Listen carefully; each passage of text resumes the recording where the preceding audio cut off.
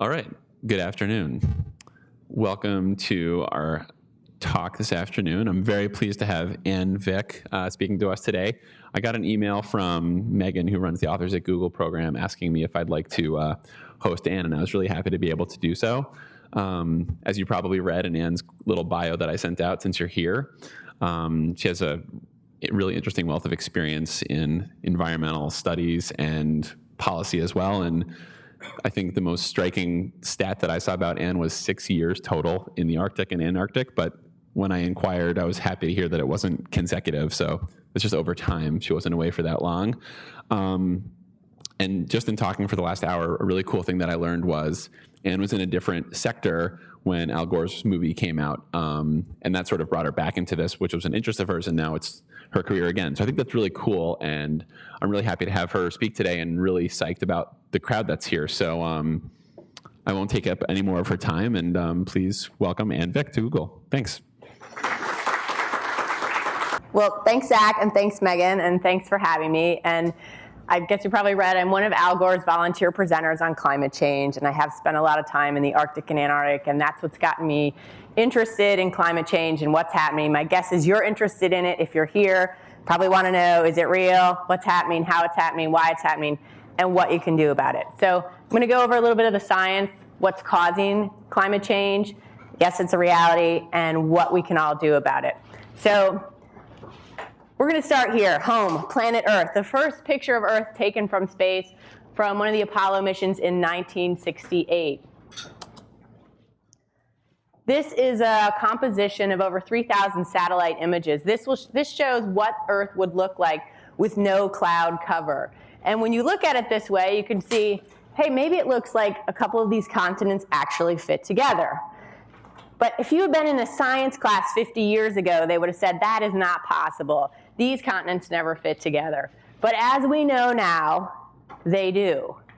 And I point this out to you to show that assumptions that we may have can be wrong, and they can cause us troubles. And Mark Twain said it best when he said, "What gets us into trouble is not what we don't know. It's what we know for sure that just ain't so." And when it comes to climate change, we're finding that is a very appropriate statement. So here I've got another image. This is the Earth at sunrise. You'll see the sun there, the little little ball. This dark part underneath is the Earth, and the thin blue line above is the atmosphere. So you can see how thin the atmosphere is in relation to the size of the globe, but you probably guys already know all that. And this is a little bit, you're probably going to know some of this stuff as well. It's a little bit of basic science, but I've got to go over it. Sun, Earth, solar radiation comes down in the form of light waves, passes through the atmosphere, keeps the Earth at an average temperature of 59 degrees. Some of that heat is radiated back in the form of infrared rays, and some of it is trapped, again, keeping the Earth warm at a very livable climate for all of us. But what we're seeing as we continue to burn fossil fuels, adding tons of greenhouse gases to the atmosphere, from some of these photos that you probably look familiar here in New York City, what's happening is the atmosphere is thickening. You can see it thicken there, and then the result is more heat is being trapped. So that's kind of the basics on how the Earth is warming up and why it's warming up. And we're beginning to see the results of this warming all over the globe. So I'm going to take you on a little world tour here of some of the consequences of this warming. Kilimanjaro in Africa, 1970, and here in 2000. By 2015, scientists say there will be no more snows of Kilimanjaro. Here we've got Glacier National Park, Glacier National Park in Montana, 1932 and 1988. By 2012, there will be no more glaciers in Glacier National Park. So we'll probably have to rename it, would be my guess.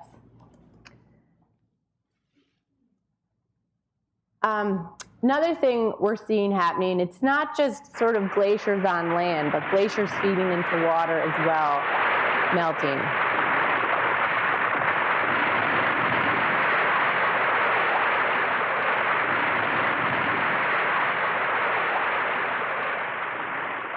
I'll touch on this a little bit later, some of the consequences that we can expect from continued glacial melt.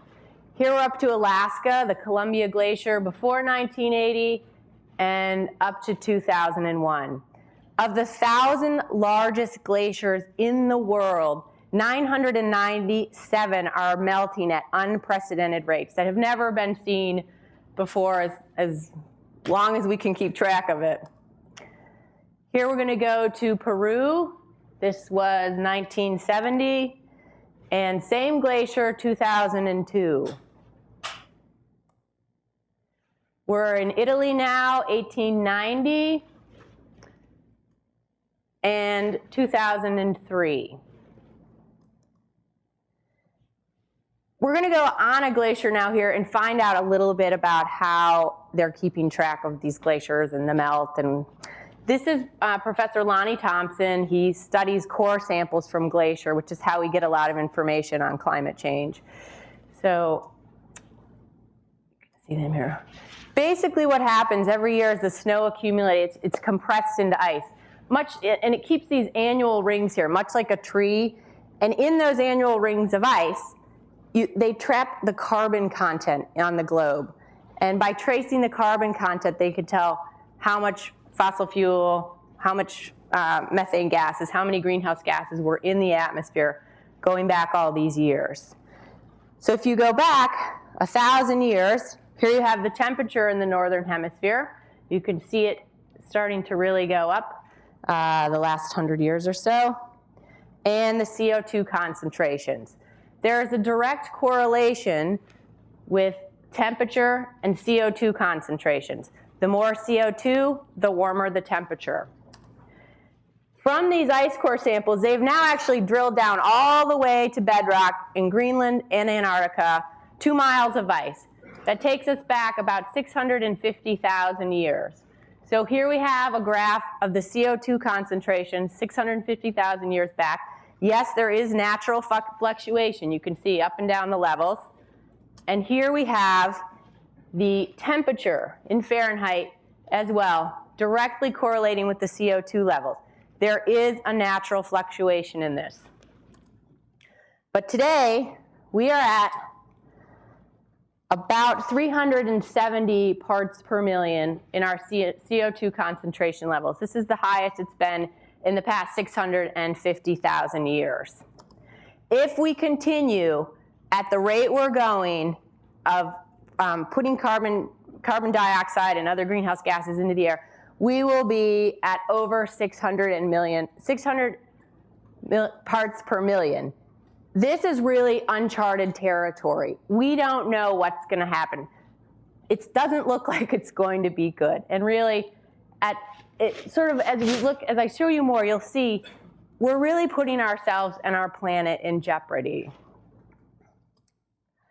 Again, this temperature change is affecting our oceans as well. You can start to see we're on an upward trend in air, land, and sea temperatures.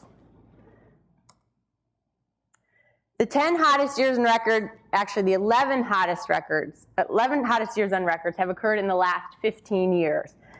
This is an old slide. I'm probably not as technologically advanced as most of you in the room. This should say 2006. The latest data has been the hottest year on record. Again, here's what this looks like, translates into the real world. Munich Zoo, August 2003. Heat wave in Europe, 2003. 15,000 dead in France. Italy, 20,000. India doesn't get quite as much play in our media here, but again, record temperatures, 122 degrees Fahrenheit. More than 1,400 people died. The US, we're also seeing increased heat, crazy weather patterns. You can see that here.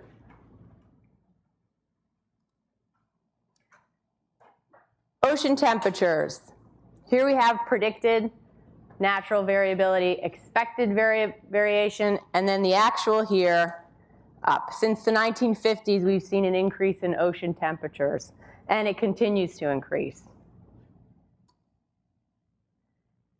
And that is also affecting storms, hurricanes. This is a picture. Storms form out in the oceans, obviously. This is a picture of a cyclonic hurricane. And the past few years, as we all know, have really been devastating in terms of hurricanes, typhoons. We've got Hurricane Jeanne, September 2004, approaching Florida. Ivan, September 04, again, right in the Gulf of Mexico. Japan has also been having record typhoons, 10, 2004. Brazil, if you have been taking a science class any time in the last 50 or 100 years, they'd say a hurricane could never happen in the South Atlantic. For the first time ever in 2004, there was a hurricane in the South Atlantic. Tornadoes. New record, 1,717 in the US.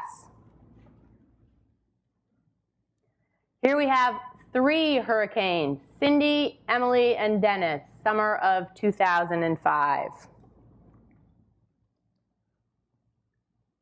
Hurricane Dennis, 2005. This is the largest oil drill rig platform in the world. This is in the Gulf of Mexico. Hurricane Dennis tipped it over on its side.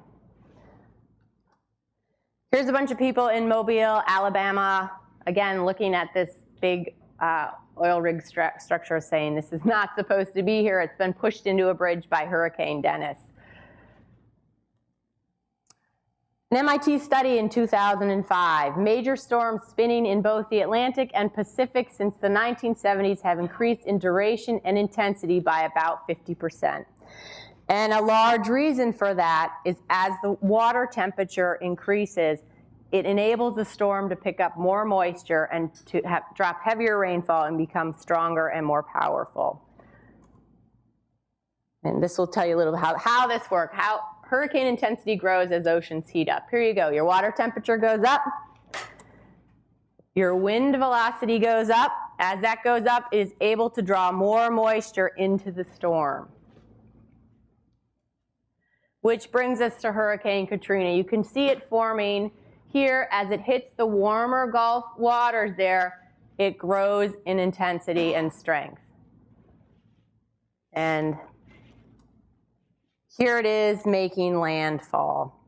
And I'm not going to say much about this. I think we all know what a devastating event that was. It was literally the most devastating storm in America's history, and it was really an unprecedented event. And Churchill had said in the 30s, leading up to World War II, that there's a gathering storm. We are entering a period of consequences. And I think that's a very appropriate statement in relation to climate change. And I think as Hurricane Katrina has shown us, we are entering a period of consequences. It's unprecedented events, and we are having sort of unprecedented consequences.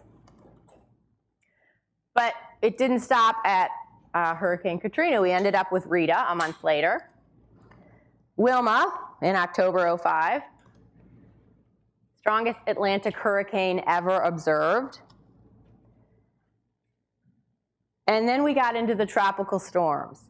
For the first time in its history, the World Meteorological Organization ran out of names. So then they went to the Greek alphabet, and they went all the way from alpha to zeta, and again, used up all the letters for tropical storms.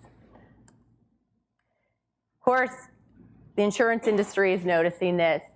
Millions and billions of dollars in losses, and part of that is because the storms are stronger, they are creating more rainfall and more damage.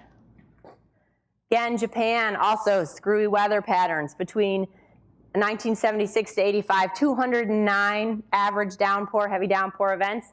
By 2004, that's nearly doubled, 409. You can see a picture here, oops. Europe, same thing, we just saw a picture of that before. Again, literally here from less than 25 to over 100. Asia, same thing. The weather patterns are getting screwy all over. Here's Mumbai, India, in rush hour. They had record rainfall here in 2004, over 37 inches in 24 hours. Over 1,000 people died because of this flooding. Sichuan province, China, 2005. Again, flooding. And in the neighboring province, Anhui, drought. This is not how the weather patterns here have always been, and that's one of the problems of climate change, is shifting entire patterns of weather and rainfall. Here we have Lake Chad, used to be the 6th largest lake in the world, the size of Lake Erie. Over the past 40 years has shrunk to almost nothing. And I'm sure you're all aware of the situation in Darfur. This sort of climate change is also affecting humanitarian causes. People fight over resources. It complicates these sorts of issues.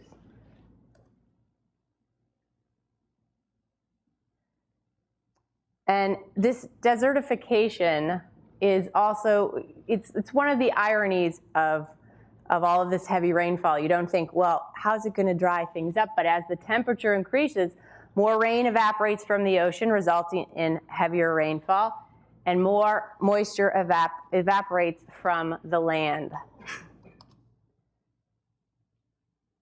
And here you have a dried reservoir, which if you think about at least the US and all over the world, this could be devastating to our ability to produce crops, our agricultural business. So I'm going to take you, I know you've all heard the expression canaries in a coal mine. We have two. They are the Arctic and Antarctic. I've spent a lot of time there. And I'm going to take you first up to the Arctic here. You can see Greenland on the right, and then this, the North Pole there, the basin covered with ice. For the first time ever observed on the Ward Hunt ice shelf in the Arctic, there is a huge crack in it. This has never existed there before. And there's fairly reliable data from the Navy on the North Pole and the sea ice coverage up there for about the past 7,500 years. Another thing we're noticing up in the Arctic, here's a bunch of drunken trees, not from alcohol or wind. The permafrost is melting. As it melts, the trees are losing their rooting system and falling over. We're also having travel problems up in the Arctic. Normally you can travel most of the year because on the roads because they stay frozen. But as the permafrost melts, the number of travel days available in the Arctic is diminishing. We've gone from about 220 in 1970 to less than 80 in 2000. Sea ice, again, we've seen a dramatic shrinkage in the sea ice from 13.5 million kilometers to about 12. And what happens is that sea ice up in the Arctic acts as a mirror. It reflects back the sun and solar radiation. About 90% of the sun's rays will be reflected back. But as that melts, 80% of the rays are absorbed by the darker water, which intensifies and accelerates the melting on the existing ice.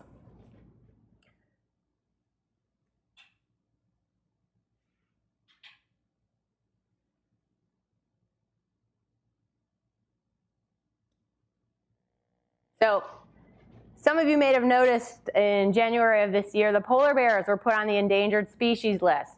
Why? They are having an unprecedented number of drownings. As the ice shrinks and the water distance between ice flows becomes larger, their swims have to become longer and they aren't making it. And it's terrible for them, but it is probably going to be a lot worse for us.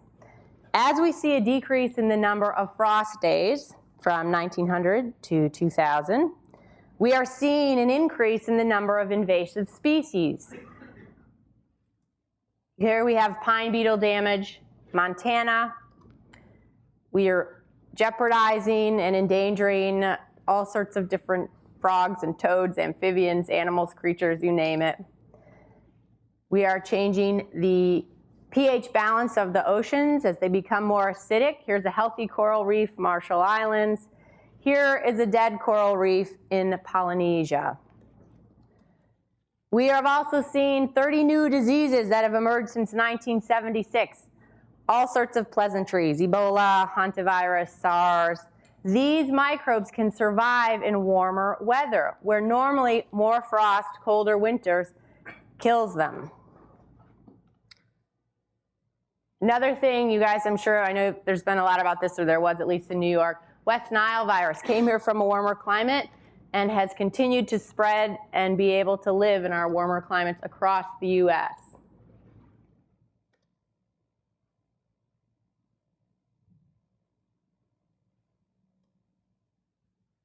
So now I'm going to take you to the other end of the globe. We're going to go to Antarctica, coldest place on Earth. We have some penguins on an ice floe here. Another, again, here's our second canary in a coal mine, Antarctica, where we're seeing a lot of the changes happening very quickly.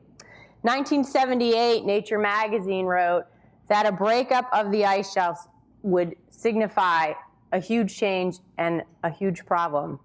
And that happened down in Antarctica, not all that long ago. This is the Palmer Peninsula here.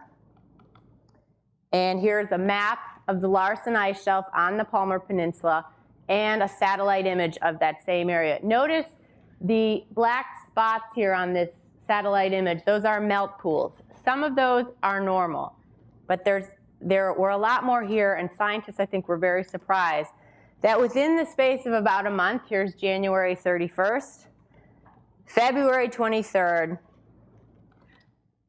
and March 5th, that this entire ice shelf caved into the ocean. This ice shelf was about the size of Rhode Island.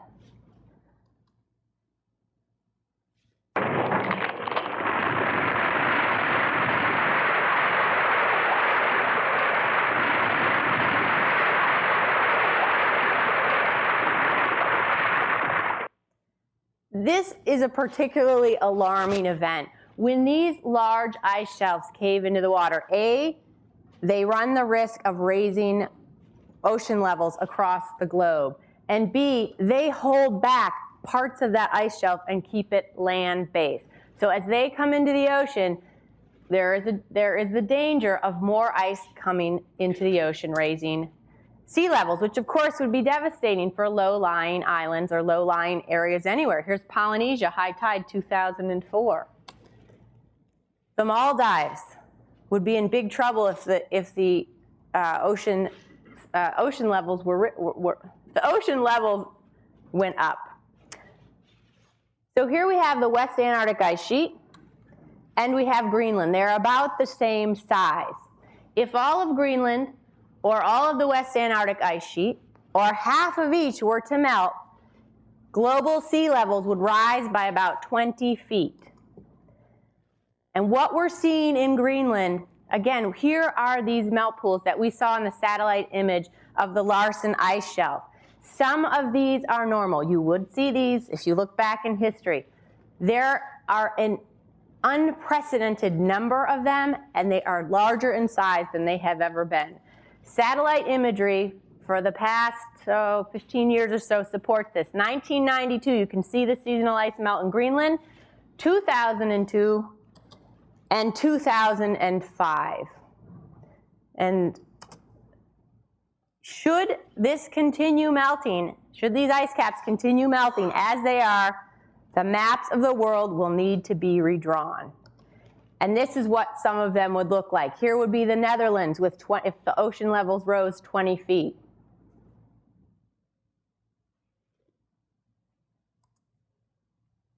Beijing, 20 million people here.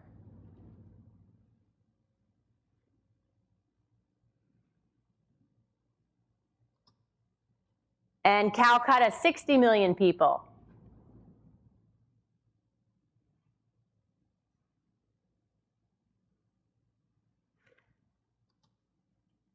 Your very own New York City.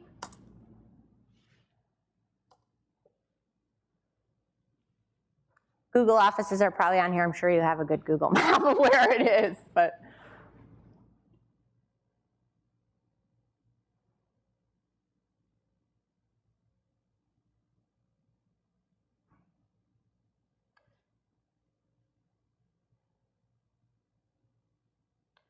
Pretty dramatic. So what's happening?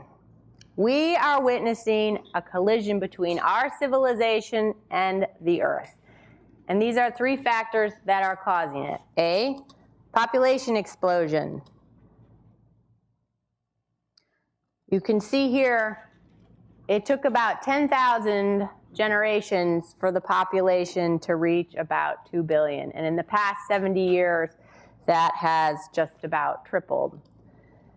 So naturally, more people creates more stress on resources, increased deforestation. Here's Brazil, pictures of the Amazon, satellite imagery, 1975 and 2001. Slash and burn is a contributor for about 30% of the carbon emitted into the atmosphere. And you can also see a map of the world here. The red represents fires, cooking fires, slash and burn. White is electricity, and yellow are gas flares. You can see a lot up in Siberia there. And I think, this picture really points out we are a force of nature now. We have incredible power and technology. So, second factor, scientific and technological revolution. There's a lot of great things. Better healthcare, better communications. There's Google, we love it, lots of good things. But old habits and old technology equal predictable consequences. Old habits and new technology, dramatically altered consequences, some of which we don't even know the final outcome of. War. Here's how we used to fight war.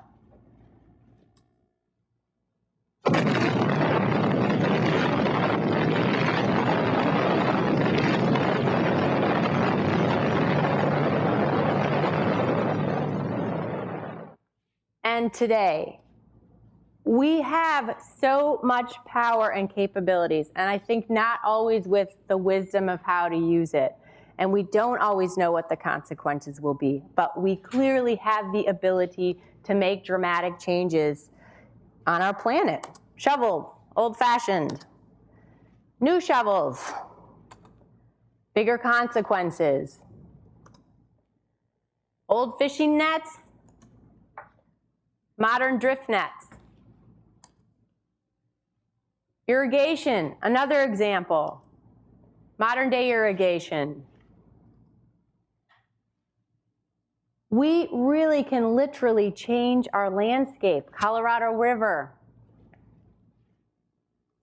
This is the Aral Sea in Kazakhstan.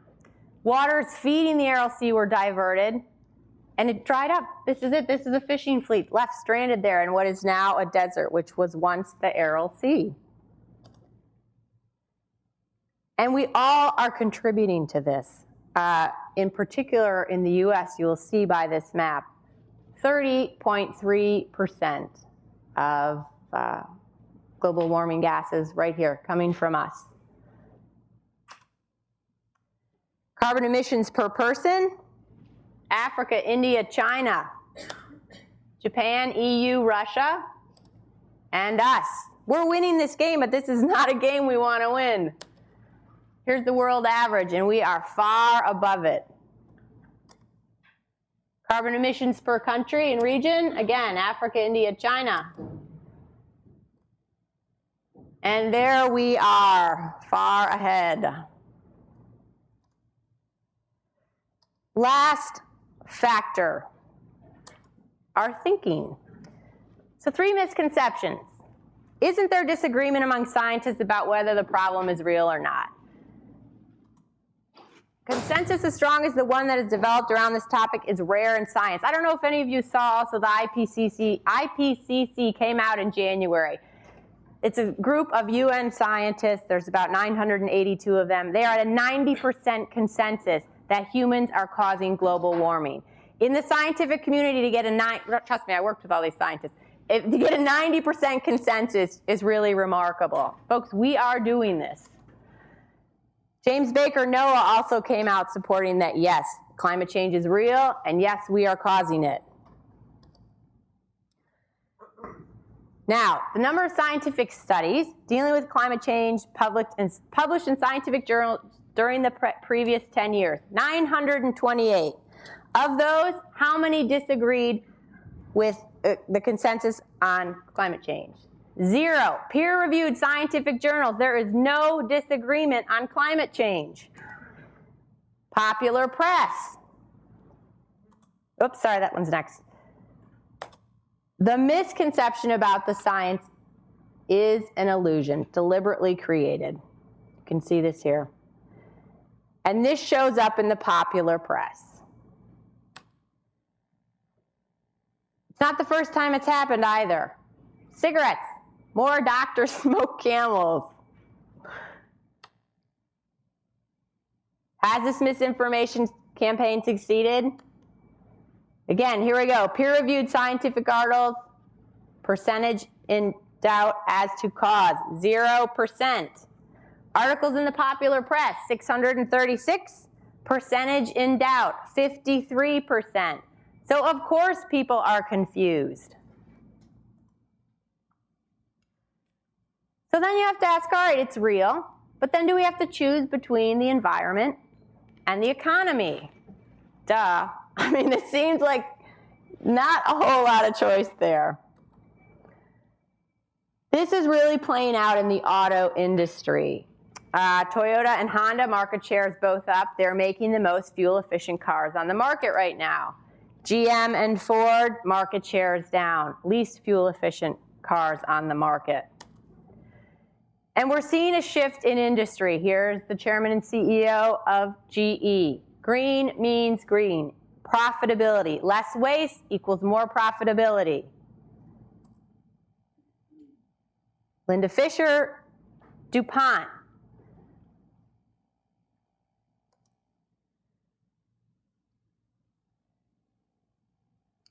CEO of Walmart. This used to be controversial, but the science is in and it is overwhelming. Walmart doing all sorts of things, trying to green their stores. Corporate responsibility. We are seeing some large corporations stepping up to the plate. So that brings us to the last thing. If we accept it's real and we're causing it, isn't this problem so big that we can't possibly fix it? Absolutely not. It's easier to go into denial or despair or wherever you want to go and to convince yourself not to do anything. But we can fix it. We already have the technology to do this. We created this problem, we can fix it, but it's going to take all of us. We have loads of new hybrid cars coming out, more fuel alternative cars coming out, transportation, wind power, solar power. There's not one magic cure for climate change. There's not a silver bullet. There's silver buckshot probably is a better way to put it. If we are to take a little bit of each, different fuel cars, carbon capture storage, renewables, different forms of transportation, by taking a little piece of each of those, we can bring our emissions down to where they were in about 1970. And a lot of places are doing that already. The Kyoto Protocol you've probably all heard about. It's been ratified by most nations except the United States and Australia. A lot of states, though, aren't waiting. They have ratified the Kyoto Protocol themselves. And Kyoto Protocol is basically an agreement to bring emissions back down to a pre-1970 level.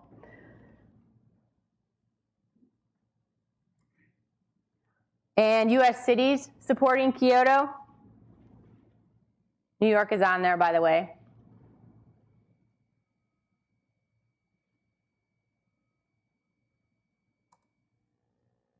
But we all still have to do something, and we can do it.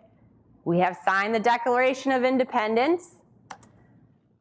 We have abolished slavery. We've given everyone the right to vote. Cured polio. We have even put people on the moon. We have reduced the hole in the ozone layer by cutting CFC, which are the chlorofluorocarbons. Can never say that one well. And we have sent satellites so far into space that we can take a picture of Earth as this little tiny speck over there. The point is we can do things, and there are so many things. I have handouts here I will leave for people. You can send me an email if you like. I have lists of stuff, tons of websites. We can do something, and we must. This is our home, and we need to take care of it. So thank you all for coming. I have tons of solutions if people are looking for them. I can answer questions if you have any. I know it's a lot of information, but the point is we can do something and we must do something. So, questions? Hi, maybe you're exactly the wrong person to ask this question, but where is all the vitriol on the other side coming from? I mean, the example I think of is the meteorologist on the Weather Channel who had a maybe controversial blog saying, you know what, the AMS says global warming is real. If you don't think it's real, maybe you should stop calling yourself a meteorologist. And on the one side, the blog comments said, well, this is just someone trying to bring in Al Gore and the black helicopters from the world government. Well, that's the internet, unfortunately. But on the other hand, you had other meteorologists who said, such outstanding questions as, well, I'm not an expert on the subject. That's always a great start. But the evidence isn't clear, and I think she should just shut up. I can understand that there's strong feelings on both sides. I can understand there's doubt. But why is it that some people have this knee-jerk, word chosen carefully, reaction to this whole thing? I don't know if, oops, this is still on here, sorry. If anyone saw, there was a story in the BBC and the Guardian that ran in about March of this past year. Exxon had spent almost $24 million on a campaign of misinformation. They also had a team of scientists on their payroll who they were paying to dispute or refute climate change. So as I showed in here, there has been a campaign literally of misinformation, mainly by some of the larger oil and energy companies. And I think but that response seems to be more broadly spread than that, and that's I guess what really confuses me. In terms for these sort of particular meteorologists, I mean, I think it's you can find information refuting global warming. I'm sure if you plug it in online, you'll see it. But if you really look at the scientific journals, sort of the peer-reviewed scientific journals, there is no doubt as to what's causing it and why, and that humans are responsible. This is past any sort of natural warming trends that we've ever seen. So I think, for some reason people want to be ignorant. They want to be controversial. I don't know about these meteorologists. I mean, the science is there. So, yeah. Anybody else? I'll take a question. This is a huge topic that you could probably talk about for a long time, and I know it's what you're going into for your work now, but off the top of your head, when you see 1,100 people working in a big office like this, what things come to mind that we can do our part in our office environment? And then there's a whole list of personal things you can do in your home life, but what about in your work life? Sure. A little drama over there. All sorts of things. I mean, I think Google has been doing some great things. Obviously, recycling. Maybe not using the water bottle every time, refilling a water bottle or using tap water, a glass instead of a paper cup. That stuff adds up like crazy. Motion sensor lights, adjusting thermostats at night, or you guys probably work all the time, but whenever that is, if that's possible. Compact fluorescent light bulbs. Those are a few of the big ones, but see, tons of stuff. Not taking paper plastic bags when you run down and get your lunch, although I think maybe you have lunch here a lot, but those are some of the things that come to mind. Green detergents and things in your sinks. You can, 7th generation. You can go to Whole Foods, there's a ton of them. You can look online, all sorts of good stuff for that. Those would be the big things. Yeah? Thanks for all those suggestions. Yeah. I was just curious regarding the data on per capita carbon emissions. Yep. You showed the United States being up there, and then China and the other countries being down there. I was just curious as to how that was measured. In particular, we consume a lot of products from China, and they're obviously being built in some factory out there, and carbon is being emitted there. So was that carbon emission counted as a part of China or as a part of the United States?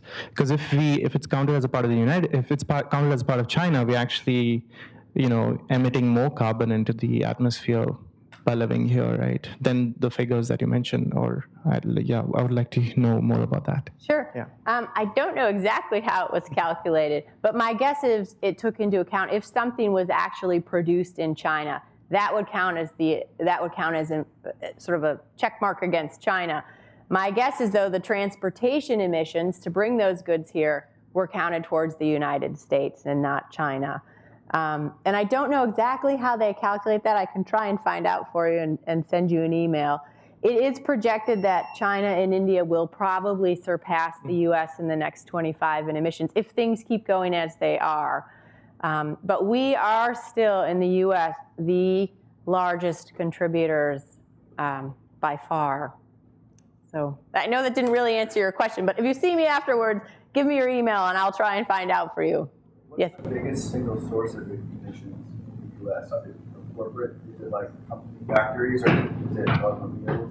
Like, where do you think the biggest impact is? It like through legislation, or like individual decisions to like buy cars that are, emission?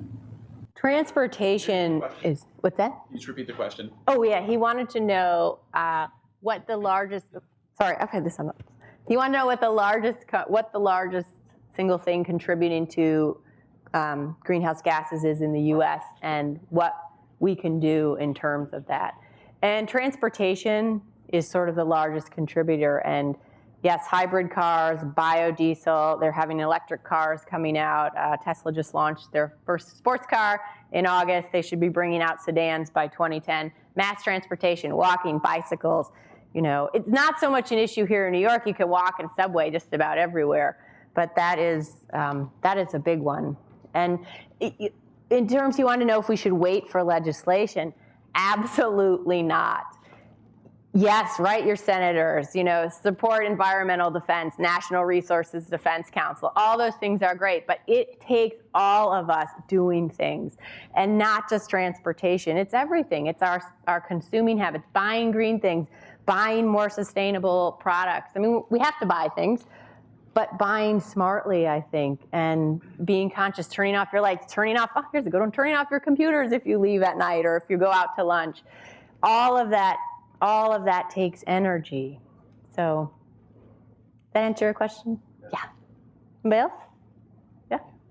I was just kind of curious, just generally speaking, what kind of studies can be done to combat like skeptics? How can you determine whether the warming is caused by human emissions, or how do you separate it out? How can you say, well, this warming is caused by human emissions as opposed to natural changes in climate?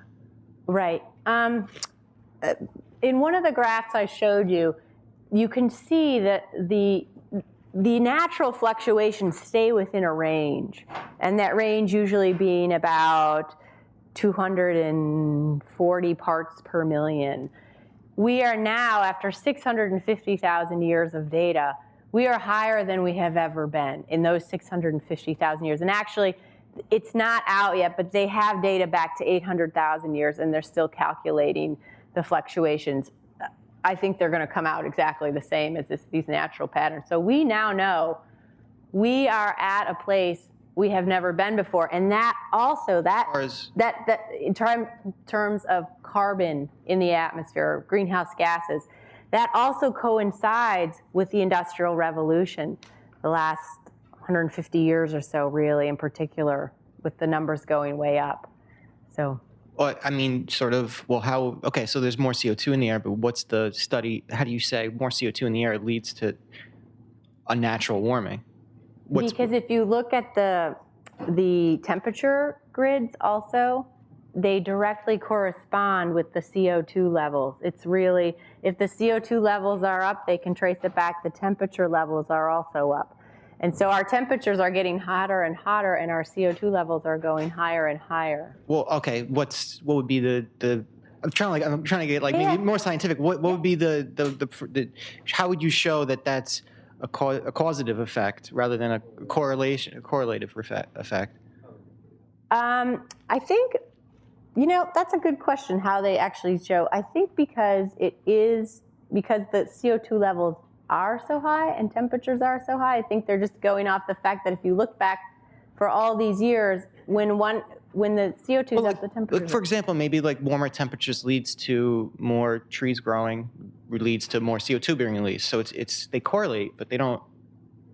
You know what I'm saying? I'm just curious the science behind making that determination on what's causing what. I don't know if I can answer that exactly scientifically. Okay. But what I can tell you, again, if you see me afterwards, give me your email and I'll find out. Okay. But I think to sort of answer your question, there is no disagreement within the scientific community that we are causing this. And I realize that's not the exact scientific explanation you're looking for, but I think for people who really study the minutia of this day to day from all sorts of different sources, to them it's really irrefutable that we are causing this, which doesn't answer your question, but I'll get you an answer. Okay. Yeah. Hi, I just wanted to ask how you feel about the companies that will sell carbon credits. Yeah. Rather than making a physical change yourself, you pay someone else to do it for you. I just wondered how you feel about that. Actually, I'm going to start working for one of those companies in September. So purchasing the carbon credits is a great thing. It is a step in the right direction.